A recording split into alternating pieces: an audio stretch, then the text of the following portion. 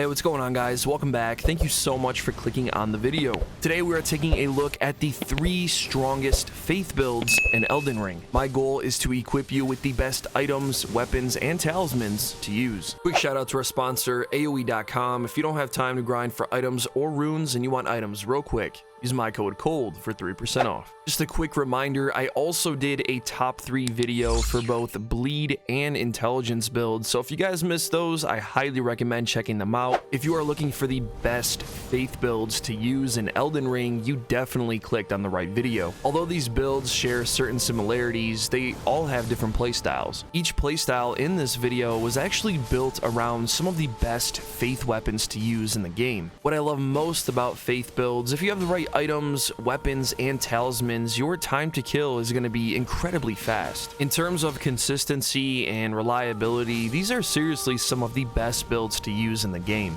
I hope you guys are ready, because these are the top 3 faith builds in Elden Ring.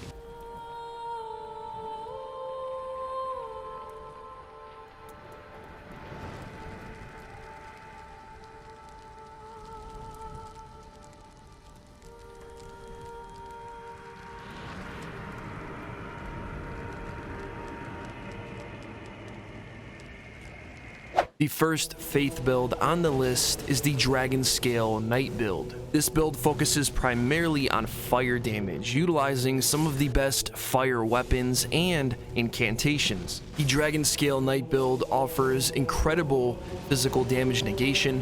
We are also wielding probably the best faith weapon in Elden Ring, the Blasphemous Blade. With the right items and talismans, the Taker's Flame ability on the Blasphemous Blade is going to destroy anything that gets in your way. In fact, we are stacking so much fire damage on this build that a majority of the enemies in the game won't even have a chance to hit you back.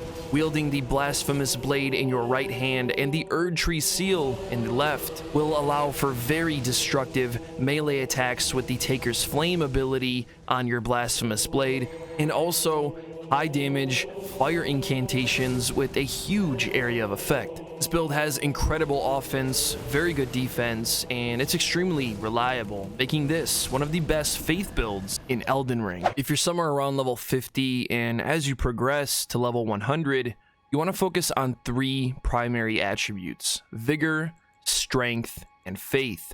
Obviously, vigor is going to determine your overall survivability. Strength is going to be important for physical melee damage. And obviously, the more faith we have, the more damage our faith scaling weapons and incantations will do. As you move closer to level 100, you will continue to prioritize vigor, strength, and faith.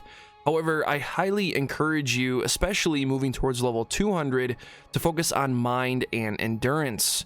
Obviously, the more focus points you have, the more you can use your abilities on your weapon, and the higher your equipment load, the stronger armor you can equip, and you can actually use multiple weapons. At level 150, which is where most people like to stop leveling up their characters for PvP purposes, your attributes could look something like this. We have vigor at 50, mind 25, increased our endurance to 30, strength at 40, increased our dexterity just a little bit so we can use some other weapons, and then we have faith at 45.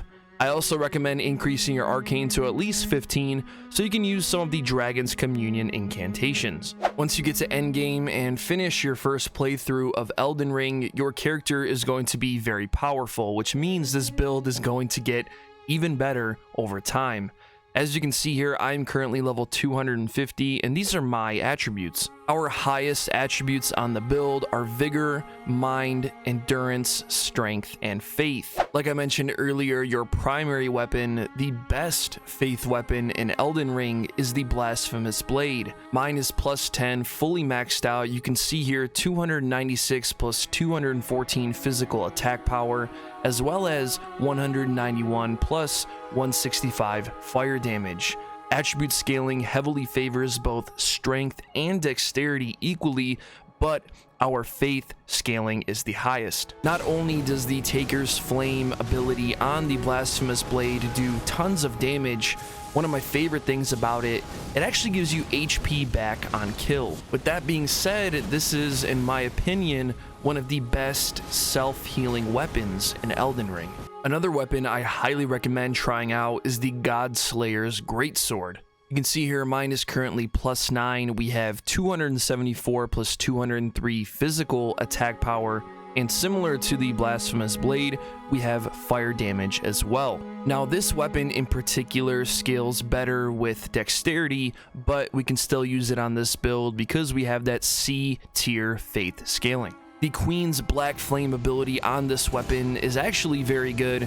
It does a lot of damage, and after patch 1.04, you don't have to execute the entire attack all the way through.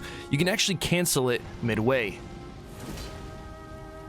Obviously, none of the incantations on this build would be possible without a seal, so we are using the ERDTREE seal, fully maxed out +10, S tier faith scaling. And you can see here our incantation scaling is 357. The first incantation we are using is Golden Vow, which increases our offense and defense by 15%. We also have Blessing of the ERDTREE, which is going to give us healing over time. And then one of the best incantations to use on this build to buff up your character, Flame Grant Me Strength, which increases your physical and fire affinity attack power by 20%. Now, in my personal opinion, I think the best offensive fire incantation in the game is the Giant's Flame Take Thee. It does so much damage, and one of the best things about it, the more you charge it, the more range and damage it's going to do. The area of effect is huge, and it's going to annihilate pretty much any enemy that gets in your way. If you want some extra defense on your build, we also have the Black Flame Ritual, which is going to create a wall around your character. This wall does a lot of damage, and it's going to give you that room to pop some health potions or FP potions if you need them. The last offensive incantation we are using is one of the Dragon's Communion incantations, Agiel's Flame. This is obviously going to stack fire damage on your target, and it's a very good incantation to have for this build. Now, I always prefer a more minimalistic approach. I don't like to have too many incantations because I don't feel like scrolling through all of them. So in my personal opinion, I think these are the absolute best for this build. For the armor, we have the full Dragonscale armor set that is actually obtained from defeating one of the targets during the Volcano Manor questline. I think this armor looks pretty badass, and it definitely fits this build.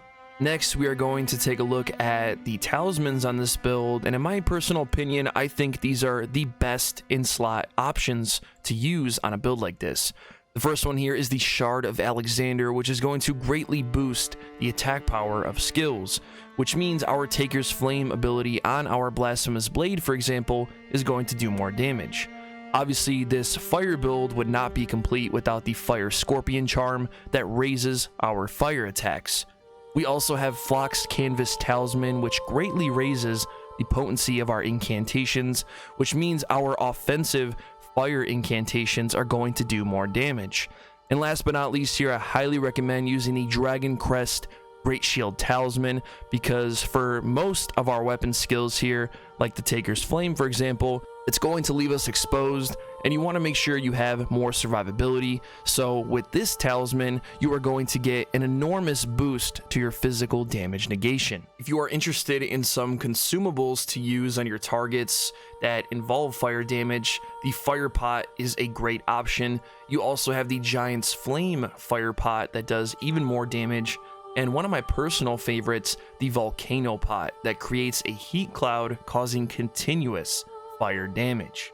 For the Wondrous Physic mix on this build, I highly recommend using the Flame Shrouding Crack tier, which temporarily boosts fire attacks, pairs very nicely with the Cerulean Hidden tier, which eliminates all FP consumption. The next build on our list today is the Confessor build. Unlike the Dragonscale Knight build, the Confessor focuses primarily on faith and dexterity, utilizing some of the best faith dex scaling weapons in the game. This build is incredible for crowd control. It works against pretty much every enemy in the game. It's extremely effective against bosses, and there's so many different playstyles within one single build. If you haven't noticed already, your main source of damage is going to be holy damage, and there are many great faith weapons in this game that deal holy damage. For example, the Sacred Relic Sword that is incredible For crowd control, you have the Halo Scythe, one of my personal favorite, incredible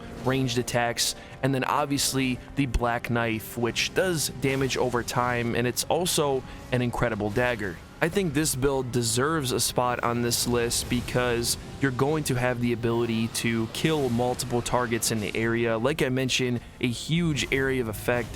We also have ranged attacks for enemies that we don't want to get close to using the Halo Scythe. And then obviously it's always great to have a weapon that deals damage over time, and that's where the Black Knife comes into play. These three things alone make this one of the best Faith builds in Elden Ring. Around level 50, you're basically going to prioritize three attributes. You want to focus on Vigor, obviously your overall survivability. Dexterity is going to be very important because we are using Faith dex scaling weapons.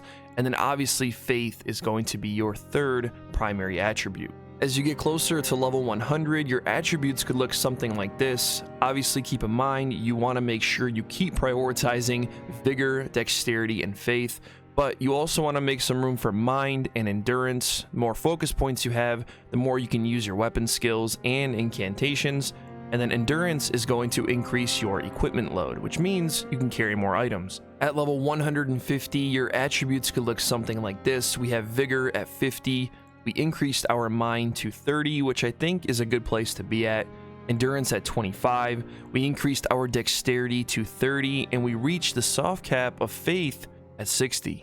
You can see here I'm level 250. Obviously, as you progress through the game and you finish multiple playthroughs, your character is going to get more powerful over time. The first weapon I'm using on this build, which is actually obtained from defeating the final boss of the game, the Sacred Relic Sword. Mine is +9. You can see here 271 plus 230 physical attack power, and every weapon on this build focuses on holy damage.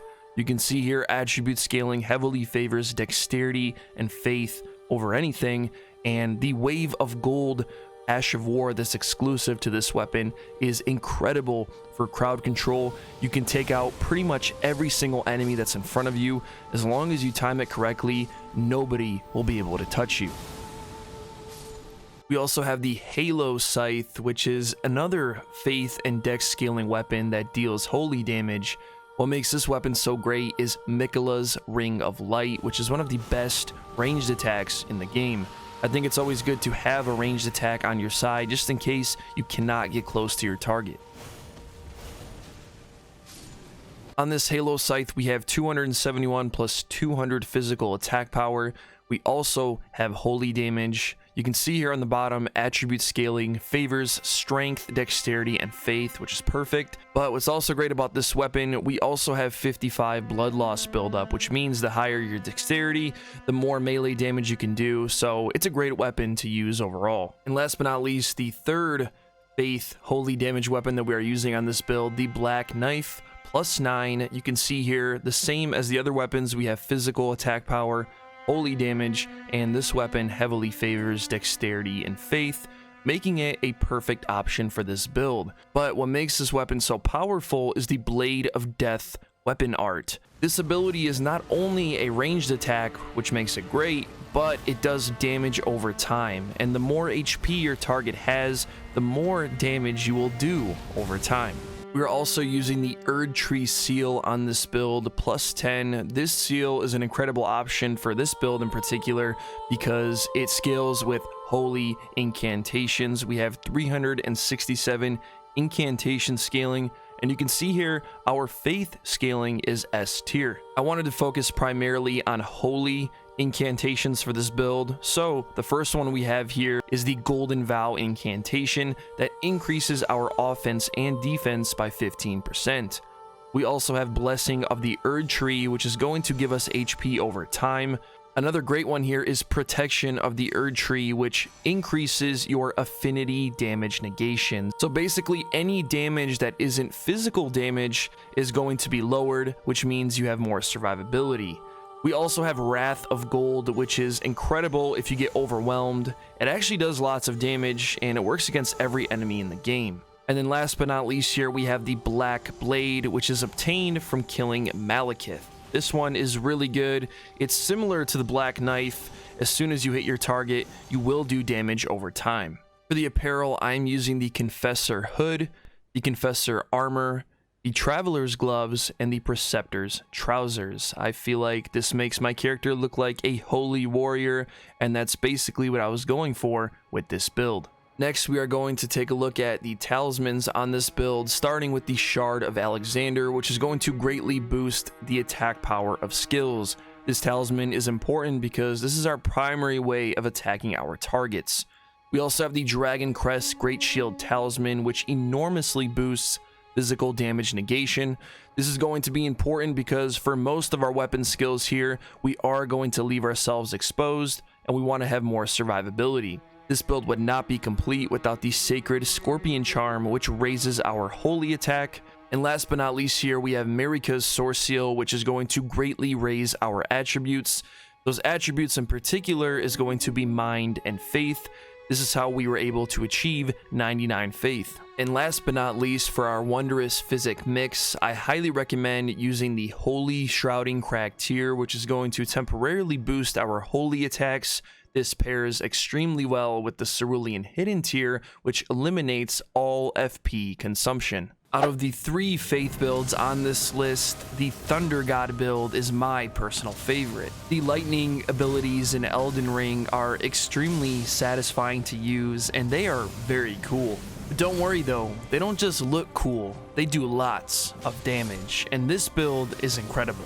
The Thunder God Faith build was heavily inspired by Raiden from the Mortal Kombat series. I have to say this build is definitely more melee focused than the other 2 on this list, but keep in mind, you don't just do a lot of melee damage with your dual wield UCHIGATANAs, but your lightning incantations are going to hit very hard, and we also have one of the best lightning weapons in the game, the Bolt of GRANSAX. The Thunder God build has very high damage melee attacks, extremely powerful lightning abilities for both close and long range, and it's easily one of the most enjoyable builds to use in Elden Ring. If you're somewhere around level 50, your attributes could look something like this. The main attributes you want to focus on is Vigor, Dexterity, and Faith. You will continue to prioritize these 3 attributes as you progress through the game. The closer you get to level 100, these 3 attributes are still going to be prioritized, but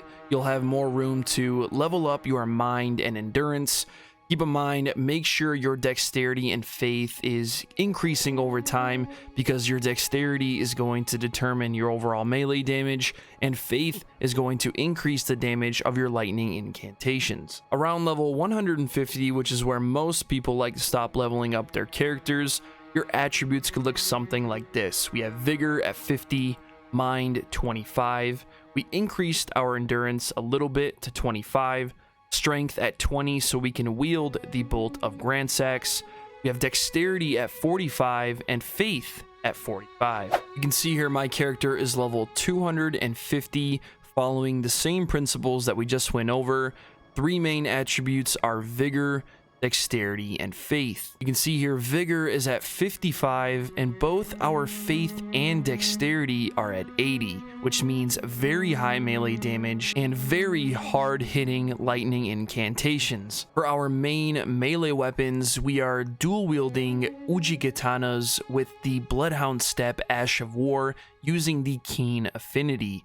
The Keen Affinity is going to give us A tier dexterity scaling, along with 258 plus 342 physical attack power with a fully maxed out plus 25 Keen UCHIGATANA. I have to say, UCHIGATANAs are extremely satisfying to use, and they're an amazing option for this build because they have incredible dexterity attribute scaling. We're also using the best lightning spear in the game called the Bolt of GRANSAX. Ours is fully maxed out plus 10. You can see here it deals physical attack power and lightning damage with C tier attribute scaling. Keep in mind you need at least 20 strength and 40 dexterity to wield this weapon, but I will say it is definitely worth it because the ancient lightning spear ability on this weapon does a lot of damage and it's extremely cool. Since this is a faith build, you are going to need a seal to cast your incantations, and the absolute best seal to use on this build is the Gravelstone seal, plus 25. You can see here, S tier faith scaling. The main reason you want to use this seal specifically is because it boosts Dragon Cult incantations, and those are all of your lightning abilities. The first incantation we are using is Golden Vow, which is going to increase our offense and defense by 15%. This stacks with the Flame Grant Me Strength incantation that increases our physical and fire affinity attack power by an additional 20%. Believe it or not, you can actually add more weapon damage onto your UCHIGATANA. You can see here we currently have 258 plus 342 physical attack power. Once we activate the VYKES Dragonbolt incantation, those numbers are going to go up. This is going to cover our UCHIGATANA and our body with red lightning. As you can see here, our weapon is now doing 258 plus 342 physical attack power, stacking on top of that extra 239 lightning damage. We also have the Lightning Spear as one of our main lightning abilities. This is not going to use a lot of focus, so it's a good one to have. We also have the Ancient Dragon's Lightning Spear, which is really awesome. We also have the Frozen Lightning Spear, which is one of my favorite. And then we have LANSSEAXS Glaive, which has a huge area of effect and does a lot of damage. For the apparel, like I said, this build is heavily inspired by Raiden from the Mortal Kombat series, so I have the Iron Casa, the Fingerprint Armor, the White Reed Gauntlets, and the Ronin's Greaves. For the talismans, I'm using the Shard of Alexander, which is going to greatly boost the attack power of skills. This is going to give us more damage with our Ancient Dragon Lightning Spear ability on the Bolt of GRANSAX. This build would not be complete without the Lightning Scorpion Charm, which raises our lightning attacks. We also have the Dragon Crest GREATSHIELD Talisman, which enormously boosts physical damage negation. And last but not least, the Phlox Canvas Talisman, which greatly raises the potency of our lightning incantations. For the Wondrous Physic mix, I highly recommend using the Lightning Shrouding Crack tier, which temporarily boosts lightning attacks. This pairs extremely well with the Cerulean Hidden tier, which eliminates all FP consumption. Well, there you have it, guys. Those are the top 3 faith builds in Elden Ring. Thank you all so much for the support on the channel. We are growing very fast. It really means a lot. If you enjoyed this video in any way, shape, or form, be sure to leave a thumbs up. It really means a lot to me. Also, make sure you subscribe to the channel if you want to see more videos just like this one in the future. Until next time, guys, I'm out. Peace.